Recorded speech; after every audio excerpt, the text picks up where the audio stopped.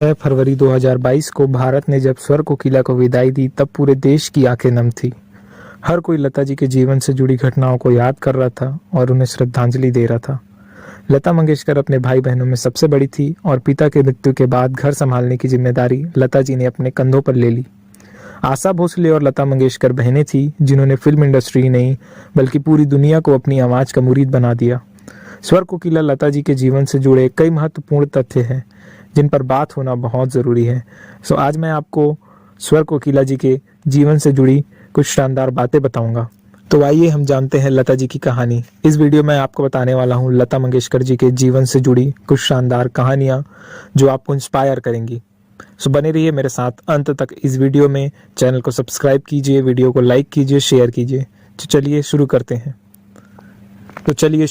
हैं। लता मंगेशकर भारत की सबसे प्रतिष्ठित गायिका हैं जिन्होंने कई फिल्मी और गैर फिल्मी यादगार गीत गाए हैं। दुनिया भर में उनके करोड़ों प्रशंसक हैं जो लता जी को मां सरस्वती का अवतार मानते हैं। लता जी ने 1000 से ज़्यादा हिंदी फिल्मों में गीत गाए हैं। मुख्यतः उन्होंने हिंदी, मराठी और बंगाली में गाने गाए हैं। वे 36 से ज़्यादा भाषाओं में गीत गा चुकी हैं जो अपने आप में एक कीर्तिमान है। लता मंगेशकर का जन्म 28 दिसंबर 1929 को इंदौर में हुआ, जो कि अब मध्य प्रदेश में स्थित है। वे पंडित दीनानाथ मंगेशकर और शेवंती की बड़ी बेटी है। लता के पिता पंडित दीनानाथ मंगेशकर एक मराठी संगीतकार, शास्त्रीय गायक और थिएटर एक्टर थे, जबकि मां गुजराती थी। शेवंती उनकी दूसरी पत्नी थी। उनकी पहली पत्नी का नाम नर्मदा था, जिनकी मृत्यु के बाद दीनानाथ ने नर्मदा की छोटी बहन शेवंती को अपनी जीवन संगनी बनाया। पंडित दीनानाथ का सरनेम हार्डिकर था, जिसे बदलकर उन्होंने मंगेशकर कर दिया। वे गोवा में मंगेशी के रहने वाले थे। इसके आधार पर उन्होंने अपना नया सरनेम चुना। लता के जन्म के समय उनका नाम हेमा रखा गया था, जिसे बदलकर लता का नाम दिया गया। यह नाम दीनानाथ को अपने नाटक भाव बंधन के एक महिला किरदार लतिका के नाम से सूझा। लता के बाद मीना, आशा और उषा और हृदयनाथ का जन्म हुआ। बचपन से ही लता को घर में गीत, संगीत और कला का माहौल मिला और वे उसी ओर आकर्षित हुई। 5 वर्ष की उम्र से ही लता को उनके पिता संगीत का पाठ पढ़ाने लगे। उनके पिता के नाटकों में लता अभिनय भी करने लगी। लता को स्कूल भी भेजा गया, लेकिन पहले ही दिन उनकी टीचर से अनबन हो गई। लता अपने साथ अपनी छोटी बहन आशा को भी स्कूल ले गई। टीचर ने आशा को कक्षा में बैठने की अनुमति नहीं दी। इससे लता को गुस्सा आया और फिर वे भी स्कूल कभी नहीं गई। 13 वर्ष की उम्र में परिवार का बोझ लता जी के ऊपर आ गया। 1942 में लता मंगेशकर पर मुसीबत का पहाड़ टूट गया। उनके पिता की जब मृत्यु हुई तब लता मात्र 13 वर्ष की थी। लता पर परिवार का बोझ आ गया। नवयुग चित्रपट मूवी कंपनी के मालिक मास्टर विनायक मंगेशकर परिवार के नजदीकी लोगों ने लता का करियर गायिका और अभिनेत्री के रूप में संवारने के लिए मदद किया। लता को अभिनय पसंद नहीं था, लेकिन पैसों की तंगी के कारण उन्होंने कुछ हिंदी और मराठी फिल्मों में अभिनय किया।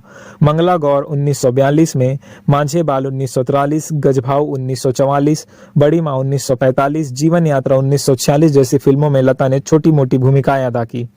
लता को सदाशिव नेवरेकर ने एक मराठी फिल्म में गाने का अवसर 1942 में दिया। लता ने गाना रिकॉर्ड भी किया, लेकिन फिल्म के फाइनल कट से वो गाना हटा दिया गया। 1942 में रिलीज हुई मंगला गौर में लता की आवाज सुनने को मिली। इस गाने की धुन दादा चांदेकर ने बनाई थी। 1943 में प्रदर्शित मराठी फिल्म गजाभाव ने लता ने हिंदी गाना माता एक सपूत की दुनिया बदल दे तू गाया।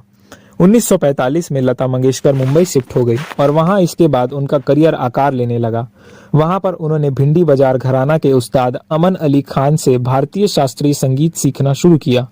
फिल्म बड़ी माँ 1945 में गाए भजन माता तेरे चरणों में 1946 में रिलीज हुई।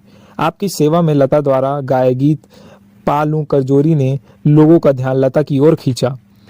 लता कई बार रिजेक्ट भी हुई, जैसे बसंत देसाई और गुलाम हैदर जैसे संगीतकारों के संपर्क में लता आई और उनका करियर निखरने लगा।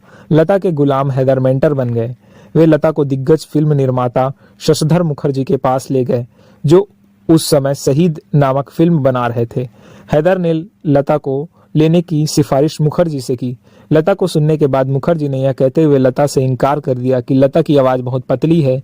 इससे हैदर भड़क गए।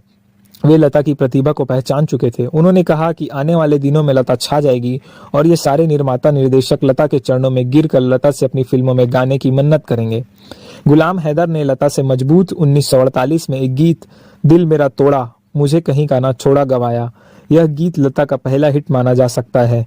गुलाम हैदर ने लता को जो भी प्रतिभा देखी थी, इसका जिक्र अक्सर लता जी करती रही हैं। लता के अनुसार गुलाम हैदर उनके सही मायनों में गॉडफादर थे और उन्हें लता की प्रतिभा पर पूरा विश्वास था।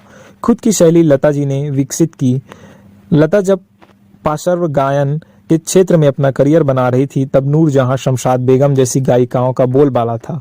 लता पर भी इन गायिकाओं का प्रभाव था और वे उसी शैली में गाती थी। लता जब समझ गई कि यदि उन्हें आगे बढ़ना है तो अपनी शैली विकसित करनी होगी, तब उन्होंने हिंदी और उर्दू के उच्चारण सीखे। 1949 में एक फिल्म रिलीज हुई, महल। इसमें खेमचंद प्रकाश ने लता से आएगा आने वाला गीत गवाया, जिससे मधुबाला पर फिल्माया गया था। यह गीत सुपरहिट रहा। इस गीत ने एक तरह के ऐलान कर दिया, अब लता जी का समय आ चुका है। गीत लता के बेहतरीन गीतों में से एक माना जाता है और आज भी सुना जाता है। इस गीत की कामयाबी के बाद लता ने फिर पीछे मुड़कर नहीं देखा। 1950 से 1970 का दौर भारतीय फिल्म संगीत के लिए बेहतरीन माना जाता है, जब एक से बढ़कर एक गायक, संगीतकार, गीतकार और फिल्मकार थे। सब ने मिलकर एक बेहतरीन फिल्में और संगीत रचा और लता मंगेशकर के स्वरों में ढल कर एक से बढ़कर एक गीत सुनने को मिले। इन संगीतकारों के साथ लता ने अनेक यादगार गीत गाए, जिनकी लोकप्रियता की कोई सीमा नहीं रही। लता के आवाज का माधुर्य आम जन के सिर पर चढ़ गया और लता मंगेशकर देखते ही देखते चोटी की गायिका बन गई। महिला गायिकाओं में उनके इर्द गिर्द कोई भी नजर नहीं आता था। कई फिल्में महज इसलिए सफल रही क्योंकि लता मंगेशकर के गाने गाए लोकप्रिय हुए और इस कारण ही फिल्म चल निकली। अपने सहज सरल स्वभाव के कारण लता फिल्म निर्माताओं, निर्देशकों और संगीतकारों की पहली पसंद बन गई। हर गाने को लेकर उनकी मेहनत गाने में झलकती थी। संगीतकार लता के पास कठिन से कठिन गीत लाते थे और लता बड़ी आसानी से उन्हें गा देती थी। राज कपूर, विमल राय, गुरुदत्त, महबूब खान, कमाल अमरोही जैसे दिग्गज फिल्मकार की पहली पसंद लता ही रही है। 1970 में फिल्म संगीत में गिरावट आना शुरू हो गई, लेकिन लता ने अपनी संगीत और अपने आप को बचाए रखा। उनके गाने क्वालिटी के होते थे और वे सफलता के शीर्ष पर बनी रही। इस दौर में भी उन्हें पकीजा, प्रेम पुजारी, अभिमान, हंसते जख्म, हीर रांझा, अमर प्रेम, कटी पतंग, आंधी मौसम, लैला मजनू, दिल की राहें, सत्यम शिवम सुंदरम जैसी कई फिल्मों में यादगार गीत गाए। 80 और 90 के दशक में कई नए संगीतकार उभर कर आए। अनु मलिक, शिवहरी, आनंद मिलिंद, राम लक्ष्मण ने भी लता जी से संगीत गवाना पसंद किया। लगभग 7 दशक से भारतीय फिल्में लता के गीतों से लगतक होती रही। मधुबाला से लेकर माधुरी दीक्षित तक जैसी तमाम हीरोइनों को उन्होंने आवाज दी। लता की आवाज कभी भी किसी भी अभिनेत्री पर मिसफिट नहीं लगी। शाहरुख खान ने तो एक बार लता के सामने कहा भी था कि काश उन पर भी कोई लता की आवाज से गीत फिल्माया जाता। लता मंगेशकर हमेशा अपने सौम्य स्वभाव के लिए जानी गई। तमाम फिल्म निर्माता, निर्देशक, संगीतकार, गायक, हीरो हीरोइन से उनके पारिवारिक रिश्ते रहे। दिलीप कुमार, राज कपूर, देव आनंद, अमिताभ बच्चन, यश चोपड़ा, राहुल देव बर्मन, मुकेश, किशोर कुमार से उनके घनिष्ठ संबंध रहे। पीढ़ी दर पीढ़ी उनके संबंध मधुर रहे। लता को हर किसी ने अपने परिवार का हिस्सा माना। अक्सर सफेद साड़ी में नजर आने वाली लता ने विवादों से हमेशा अपने आप को दूर रखा। सचिन देव बर्मन से जरूर एक बार उनका मनमुटाव हो गया था और दोनों ने 5 साल तक एक साथ काम नहीं किया। इसी तरह मोहम्मद रफ़ी और लता संगीतों की रॉयल्टी पर एक मत नहीं हो सके और उन्होंने भी कुछ समय नहीं गाया। सी रामचंद्र और गोपी नैयर से उनका छोटा मोटा विवाद रहा। हालांकि इन्हें विवाद की बजाय मनमुटाव कहना ही ठीक रहेगा, जो कि आमतौर पर साथ में काम करने वालों के बीच में होता है। वर्ष 1962 में लता की जान लेने की कोशिश की गई। लता को एक दिन सुबह उठते ही उन्हें पेट में जबरदस्त दर्द हुआ। उनकी हालत ऐसी थी कि अपनी जगह से हिलने में भी उन्हें दिक्कत होने लगी। लता जी को स्लो पॉइजन दिया गया था। हालांकि उन्हें मारने की कोशिश किसने की, इस बारे में आज तक खुलासा नहीं हो पाया। लता मंगेशकर की शादी नहीं हो पाई। बचपन से ही परिवार का बोझ उन्हें उठाना पड़ा। इस दुनियादारी में वे इतना उलझ गई कि शादी के बारे में उन्हें सोचने की फुर्सत भी नहीं मिली। बताया जाता है कि संगीतकार सी रामचंद्र ने लता मंगेशकर के समक्ष शादी का प्रस्ताव रखा था, लेकिन लता जी ने इसे ठुकरा दिया था। हालांकि लता ने इस बारे में कभी खुलकर नहीं कहा, परंतु बताया जाता है कि सी रामचंद्र के व्यक्तित्व से लता बहुत प्रभावित थी और उन्हें पसंद भी करती थी। लता मंगेशकर के कौन से गीत पसंद किए गए या लोकप्रिय रहे, इसकी सूची बहुत लंबी है। लता ने ढेर सारे गाने गाए, जिनमें से अधिकांश पसंद किए गए। किसी को मदन मोहन के संगीत में लता की गायिका पसंद आई तो किसी को नौशाद के संगीत में। सबकी अपनी अपनी पसंद रही। लता ने अपने कितने गीत गाए, इसको लेकर भी बढ़ा चढ़ाकर दावे किए गए कि खुद लता ने कहा है कि वे नहीं जानती कि उन्होंने कितने गीत गाए, क्योंकि उन्होंने कोई रिकॉर्ड नहीं रखा। गिनीज बुक में भी उनका नाम शामिल किया गया, लेकिन इसको लेकर भी खासा विवाद हुआ। 25 या 30 हजार गानों की बातें करना बेमानी है। लगभग 5 से 6 हजार गीतों में लता ने अपनी आवाज दी है।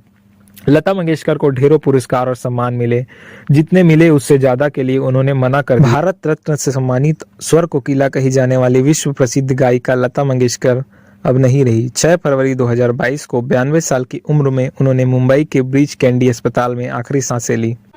हमारे बीच स्वर कोकिला जी हमेशा हमारे दिल में जिंदा रहेंगी। वो एक लेजेंड थी और लता जी के लिए दिल में हमेशा हमारे सम्मान रहेगा। सो दोस्तों, आपको यह वीडियो पसंद आया होगा तो वीडियो को लाइक कीजिए, चैनल को सब्सक्राइब कीजिए। मैं इसी तरीके का शानदार वीडियो आपके लिए लेकर आता रहूँगा। धन्यवाद।